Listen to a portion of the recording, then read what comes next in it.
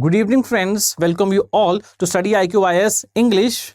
This is Vishal, Faculty of Law Optional and Indian Polity at StudyIQ. In today's video, we're going to discuss important judgment that has been recently delivered by Supreme Court in Rajneesh KV versus K. Deepa case. In this particular judgment, Supreme Court has clarified the controversy regarding Article 233 and Article 234 of the Constitution. All of us know that in India, we have hierarchy of courts. At the top, we have Supreme Court. Then at the state level, we have high courts. So in India, we have 25 high courts. Now, every state in India has a high court. And there are certain states and union territories that also have a joint high court. Now, at the district level, we have district courts as well as session courts. Session courts cater to criminal cases, district court caters to civil cases. And below district and session courts, we have hierarchy of subordinate courts. For example, Court of Magistrate Class 1, Court of Magistrate Class 2, and then we have the senior civil judge as well as the junior civil judge courts. Now, in this particular video, I'm going to discuss the eligibility conditions of people who are appointed to the position of district judges.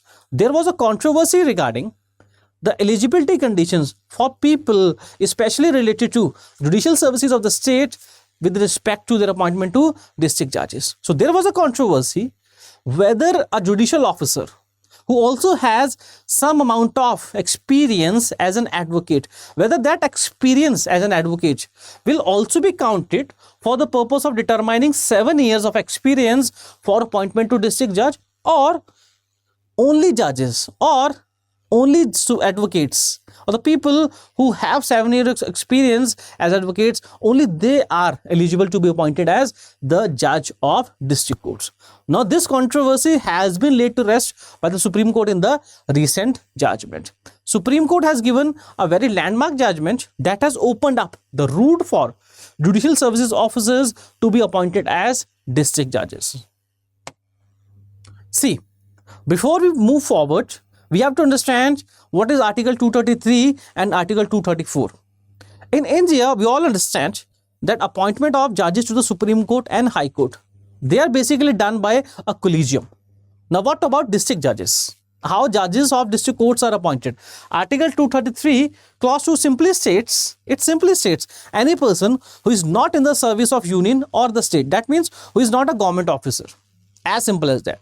Any person who is not a government officer, he can be appointed as a district judge if he has at least 7 years of experience as an advocate. So that simply means any advocate or a pleader, that obviously means advocate. Any advocate who has 7 years or more of an experience as an advocate, he will be appointed to the position of a district judge. He is eligible to be appointed to the position of district judge. And Article 234, it specifically talks about appointment of judicial officers at the subordinate level.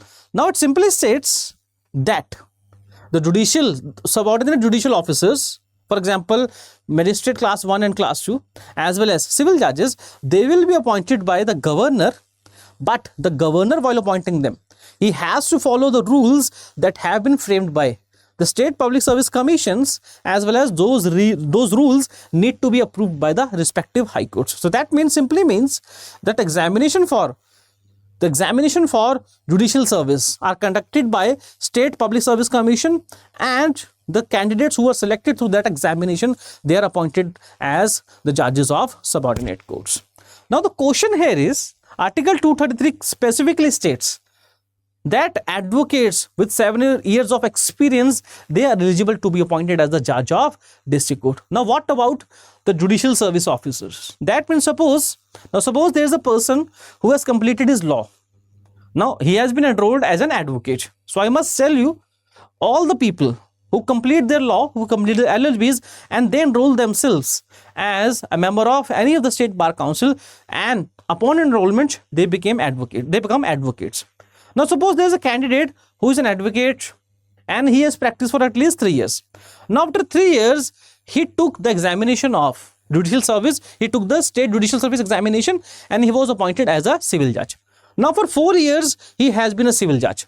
Now, the question here is whether the 3 years experience as an advocate plus the 4 year of experience as a judicial service officer, will they be cumulatively counted for the purpose of computing 7 years? Now, there was a judgment given by the Supreme Court in Dheeraj Mode versus High Court of Delhi 2020. It specifically stated that Article 233 Clause 2, it only provides that advocates with 7 years of experience will be appointed to, or they are eligible to be appointed as judge of district court. So that means only advocates who have experience of 7 years, they will be appointed. So that means a judicial service officer who has experience as an advocate. Now this judicial service officer is not eligible to be appointed as a judge of district court, and his experience as an advocate will not be counted. So now this judgment, it specifically ruled out appointment of judicial officers to the position of district judges on the basis of their experience as advocates. Now this judgment was controversial. So obviously this judgment was challenged by the petitioner in this particular case, Rajneesh KV versus K Deepa 2025. The Supreme Court in this particular judgment, it reinterpreted Article 233 of the Constitution. It specifically stated that the previous interpretation made by the courts were incorrect, because the previous interpretations specifically stated that a judicial service officer, his experience as a judge will not be counted for the purpose of computing 7 years. That means the previous judgment only stated that only advocates and their experience of 7 years becomes eligible, or it counts as eligibility to be appointed as the judge of district court. So it was basically excluding judicial officers from being appointed as the judge of district courts. So now in this particular case, the court has reinterpreted Article 233 Clause 2. The court has said that judicial officers who have completed 7 years at the bar before joining service will be entitled to appointment as district judge. That simply means that if a judicial officer, he has been enrolled as an advocate for 7 years. Now suppose there is a candidate, he passed his LLB. Now for 7 years he has been an advocate, and now he joined the state judicial service. Now his 7 years in advocacy will be counted. Apart from that, his experience as an advocate plus experience as a judicial service officer, they will be cumulatively counted for the purpose of computing 7 years. See, the court specifically stated that obviously it is the objective of any selection process to ensure that meritorious and experienced candidates shall be appointed. The best candidates shall be appointed. Now the court said that judicial officers, the experience gained by judicial officers, it cannot be just thrown to the winds, because judicial officers, they being the judges at the subordinate level, they gain a lot of experience while deciding the cases before them.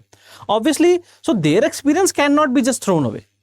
Article 233 Clause 2, though it is expressing that people who are advocates for 7 years, they are eligible to become judges of district court, but the experience as a judicial officer, it shall also be counted as advocacy, because obviously a judicial officer who is catering to the cases, who is delivering judgments, who is imparting justice to the people, obviously his experience is also of paramount importance. We cannot just make a district officer or a judicial officer, ineligible because now he is serving as a judicial officer.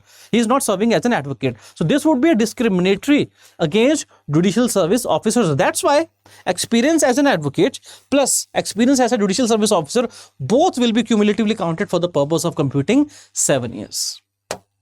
See, now the court specifically stated, the effect of the judgment is that for appointment as a judge of district court, district judge, and candidate must have a cumulative experience of 7 years.